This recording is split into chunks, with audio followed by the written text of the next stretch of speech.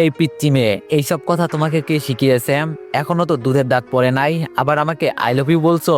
মেয়েটি বলল, আমি পিচ্চি মেয়ে না, আর আমার দুধের দাঁত অনেক আগেই পড়ে গেছে। আমি আপনাকে আই লাভ ইউ বলছি, এখন আপনি আমাকে আই লাভ ইউ টু বলেন, আমি চলে যাব। আমি বললাম, আমাকে তুমি চিনো আমি কে? এক থাপ্পড় দিয়ে সব দাঁত ফেলে দিব। মেয়েটি বলল, আমি আগেই জানতাম বেডা মানুষ অনেক রাগী, কিন্তু আপনি কি জানেন বেডা মানুষ মানে কি? আমি বললাম, কি? মেয়েটি বলল, বেডা মানুষ মানে হলো পুরুষ মানুষ। আমি বললাম, তাই বুঝি? আমি তো আগে জানতাম না। মেয়েটি বলল, আই লাভ ইউ টু বলেন, আমি চলে যাব। বান্ধবীদের সাথে বাজি ধরেছি, আপনি যদি আই লাভ ইউ টু বলেন তাহলে আমি জিতে যাব। প্লিজ একবার বলেন। আমি বললাম, আচ্ছা ঠিক আছে, আমি বলবো। কিন্তু মেয়েটি বলল, কিন্তু কি? আমি বললাম, আমি একটা জিনিস চাইবো, সেটা আমাকে দিতে হবে। মেয়েটি বলল, ঠিক আছে দিব, আগে বলেন প্লিজ। আমি বান্ধবীদের সাথে বাজি ধরেছি, যদি হেরে যাই তাহলে বিয়ে বাড়িতে থাকবো না, বাসায় চলে যাব। বলেন প্লিজ। আমি বললাম, আগে কথা দাও, আমি যা চাইবো তুমি তাই দিবা। মেয়েটি বলল, ওকে। আমি বললাম, আই লাভ ইউ টু। এখন হয়েছে, আমারটা দাও। মেয়েটি বলল, ধন্যবাদ আপনাকে, বলেন আপনার কি লাগবে। আমি বললাম, একটা উম্মা দাও আমার গালে। মেয়েটি বলল, লুচ্চা মার্কা বেডা, কি বলে উম্মা দিব মানে কি? আমি বললাম, মানেটা বোঝো নাই তুমি? দাঁড়াও আমি বুঝিয়ে দিচ্ছি। দেখো, তুমি বলছো আই লাভ ইউ 3টা অক্ষর, আমি বলছি আই লাভ ইউ টু 4টা অক্ষর, তার মানে আমি তোমার থেকে আরো একটা অক্ষর পাই, সকিস। মেয়েটি বলল, পাগলে পাইছে নাকি? কিডনি দিমু তারপরও কিস দিমু না, বেটা মানুষ মানেই লুচ্চা। আমি বললাম, তাই বুঝি? ঠিক আছে, আমার জিনিস আমি জোর করে হলেও আদায় করব। মেয়েটি বলল, আপনার জিনিস মানে?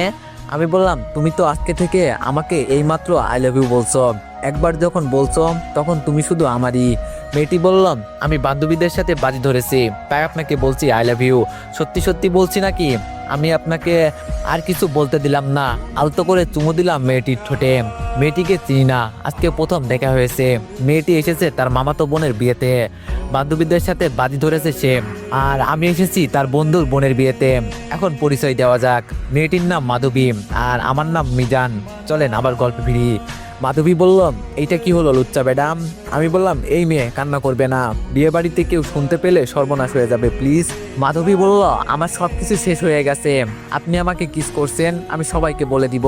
আমি মনে মনে বললাম, কি বিপদে পড়লাম, আশেপাশে এত মানুষ, এই মেয়েটা যেইভাবে কান্না করছে, কেউ দেখলে আমি শেষ। শালা বন্ধুগুলো অনেক খারাপ, আমাকে একা রেখে চলে গেছে, কই যে কি করব এখন। আমি বললাম, প্লিজ কান্না করবে না, কেউ দেখলে আমি শেষ, তুমি যা বলবে তাই শুনবো, প্লিজ চুপ করো। মাধবী বলল, ঠিক আছে, আপনি যদি 12,000 টাকা দেন তাহলে আমি কান্না করব না, আর যদি না দেন তাহলে আমি সবাইকে বলে দিব আপনি আমাকে কিস করছেন। আমি বললাম, 12,000 টাকা নাই, 3,000 আছে, চলবে কি? মাধবী বলল, ঠিক আছে। আমি 3,000 টাকা মাধবীকে দিয়ে চলে গেলাম। মাধবী তো সেই খুশি, আজকে মাধবীর মামাতো বোনের বিয়ে। মাধবী ও তার বান্ধবীরা সবাই শাড়ি পরেছে, বর এসে গেছে, তাই সবাই তাড়াতাড়ি করে নিচে নামছে। মাধবী যেই সিঁড়ি দিয়ে নিচে নামতে লাগলো, অমনি শাড়ির সাথে পা লেগে পড়ে যায়। মাধবী বলল, আল্লাহ গো বাঁচাও, আমি মনে হয় শেষ। চোখ খুলে তাকিয়ে দেখে সকালে ওই অচেনা মানুষটির উপর পড়েছি আমি। আমি বললাম, কি ব্যাপার? গায়ে পড়ার এত শখ কেন? জড়িয়ে ধরতে চাও, বলতেই পারতে, এই হুট করে আমার উপর পড়লে কেন? তুমি বললেই তো আমি তোমাকে জড়িয়ে ধরতাম। মাধবী বলল, আমার কি কোনো কাজ নাই যে আপনার উপর পড়তে যাব? ছেলের কি অভাব পড়েছে? আমার বন্ধু এসে বলল, কি রে ভাই মিজান, এমন ভাবে শুয়ে আছিস, মনে হচ্ছে তুলার বস্তা গায়ে দিয়ে শুয়ে আছিস। আমি বললাম, ভাই এইটা তুলার বস্তা না, এটা ময়দার বস্তা, আমি তো শেষ। মাধবী বলল, কি আমি ময়দার বস্তা? লুচ্চা বেটা কোথাকার। আমি বললাম, এই যে ম্যাডাম, তুমি এইভাবে শুয়ে আছো কেন? তোমার শোয়ার ঘরের বিছানা নাই যে এইভাবে শুয়ে আছো? মাধবী বলল, ইস রে, আমার তো মনেই ছিল না, হায় আল্লাহ। আমার কথা শুনে মাধবী অনেক লজ্জা পেল, আর তাড়াতাড়ি করে চলে গেল। আমি এখনো শুয়ে আছি, চোখ বন্ধ করে, বুকের বাম পাশে হাত রেখে লম্বা লম্বা নিঃশ্বাস ফেলছি। আমার কাছে সবকিছু যেন স্বপ্ন মনে হচ্ছে। অন্যদিকে মাধবী দৌড়ে যাওয়ার কারণে শাড়ির কুচি খুলে গেছে। মাধবী বলল, এই যা, এইটা কি হলো? আমার শাড়ি তো খুলে যাচ্ছে, এখন কি করব? রুমে গিয়ে শাড়িটা ঠিক করি আগে। মাধবী শাড়ি ঠিক করার জন্য উপরে চলে গেছে। মাধবী ভুল করে ওর মামাতো ভাইয়ের রুমে চলে গেল। বিয়ে বাড়িতে সবাই নিচে, মাধবী পুরো শাড়িটা খুলে আবার নতুন করে পরবে। হঠাৎ করে আমি রুমে ঢুকে পড়লাম। আমি তো মাধবীকে এইভাবে দেখে অবাক হয়ে গেছি। মাধবী কিছুক্ষণ চুপ করে রইল, 1 মিনিটের জন্য যেন সবকিছু স্তব্ধ হয়ে গেছে। হঠাৎ মাধবী এক চিৎকার দিয়ে অজ্ঞান হয়ে পড়ে। আমি এখনো সবকিছু বোঝার চেষ্টা করছি। যখন বুঝতে পারলাম, তাকিয়ে দেখি মাধবী অজ্ঞান হয়ে পড়ে আছে। তাড়াতাড়ি করে পাশে গিয়ে বসলাম।